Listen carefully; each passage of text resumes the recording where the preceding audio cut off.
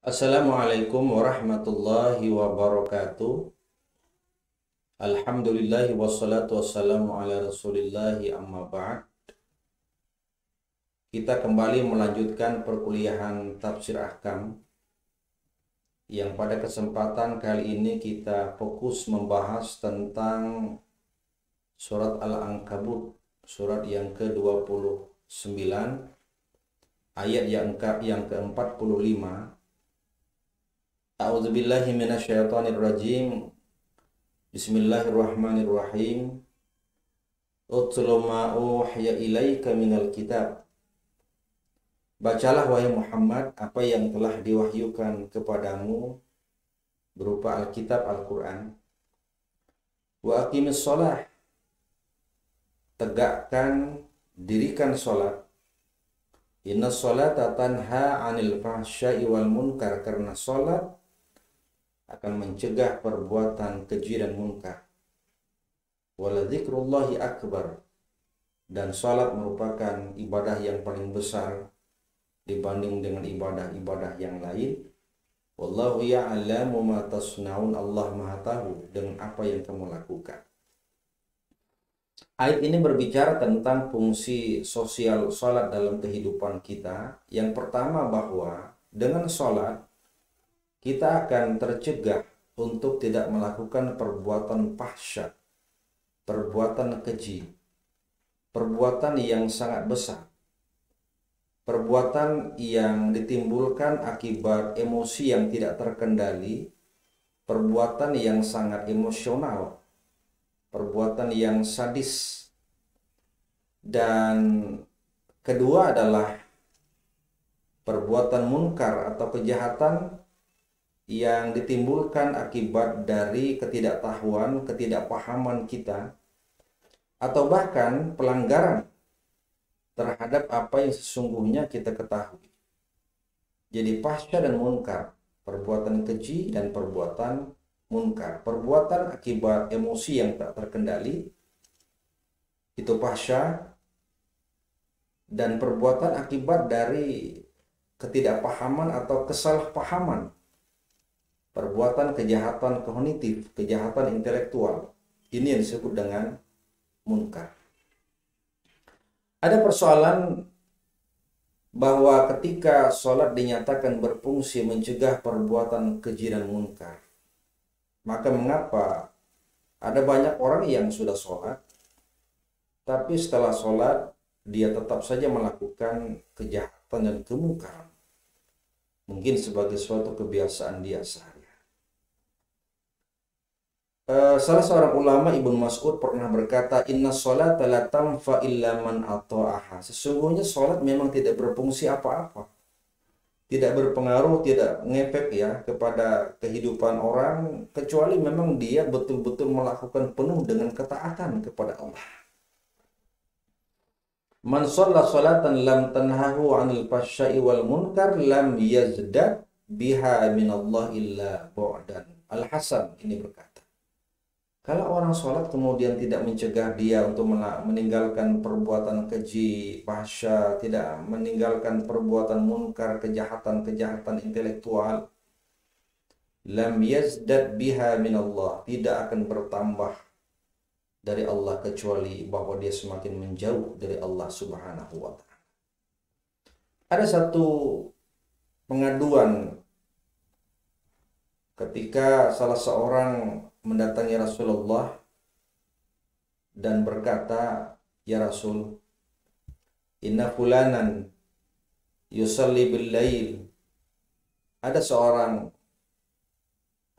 laki-laki yang sebetulnya dia sholat kalau di malam hari. Wa idza asbaha sariqa, tapi kalau sudah siang, kalau sudah pagi, dia mencuri.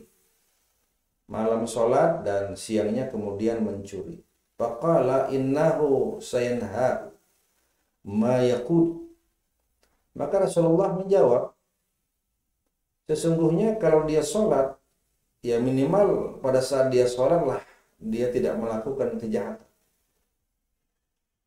Ketika orang sholat 5 kali sehari semalam dalam durasi yang beberapa waktu yang dijalankan, minimal pada saat itu dia tidak melakukan kejahatan. Karena tidak mungkin orang lagi sholat kemudian berbuat kejahatan, kecuali setelah dia sholat. Maka yang jadi pertanyaan, mengapa setelah orang sholat yang mestinya berdampak pada kehidupan keseharian untuk melakukan kebaikan, tapi justru melakukan tindakan keji, fahsya, dan tindakan munkar, kejahatan-kejahatan yang bersifat intelektual. Karena ada beberapa hal yang harus diintrospeksi.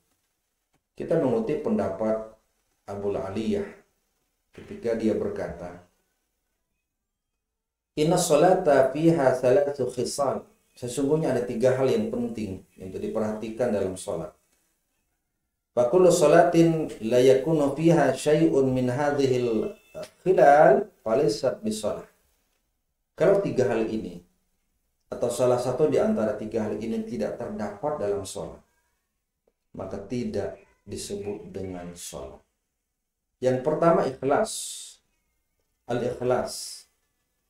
Kemurnian, ketulusan hati untuk menegakkan apa yang Allah perintahkan tanpa ada rasa terbebani sedikit pun. Jadi benar-benar menjunjung perintah Allah dan menjauhi larangan Allah. Keikhlasan. Wa ma umiru illa liya'budullaha mukhlishina lahuddin. Allah tidak akan memerintahkan untuk melakukan ketaatan kecuali memang menuntut adanya keikhlasan dari manusia untuk mengerjakan ketaatan itu. Dan ikhlas itu, fal ikhlas ya'muruhu bil ma'ruf. Karena keikhlasan itulah yang memerintahkan dirinya untuk melakukan kebaikan. Sulit melakukan ketaatan kepada Allah, sulit mengerjakan ibadah sholat kalau hilang keikhlasan dalam diri. Yang kedua, khasyah, rasa takut. Rasa takut atas ancaman Allah, siksa Allah kalau kita tidak mentaati perintah Allah atau kalau kita melanggar larangan Allah.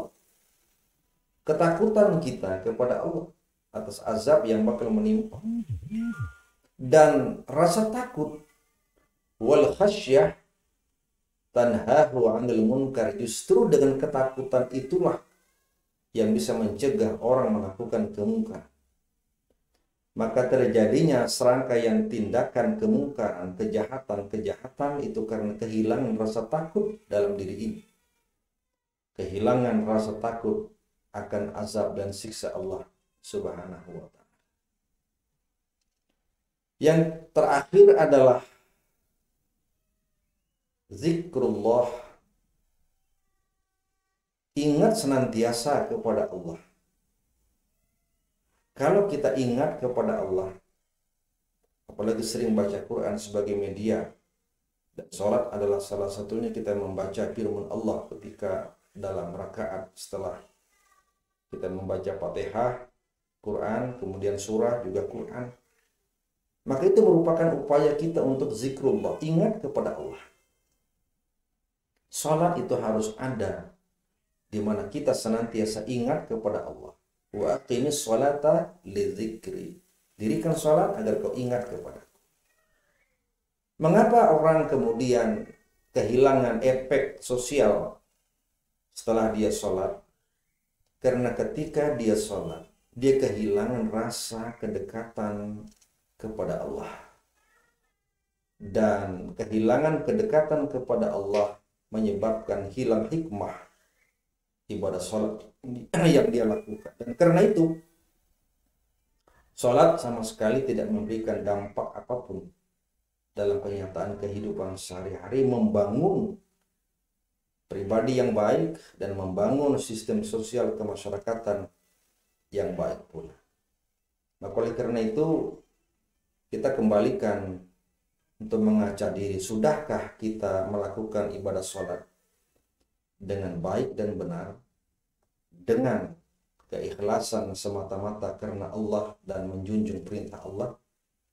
Karena ada ketakutan kita kalau kita melanggar atau kemudian kita meninggalkan kewajiban. Dan adakah masih hati ini senantiasa terpaut ingat kepada Allah di hadapan kuasa Allah Subhanahu wa ta'ala. Demikian, Assalamualaikum warahmatullahi wabarakatuh.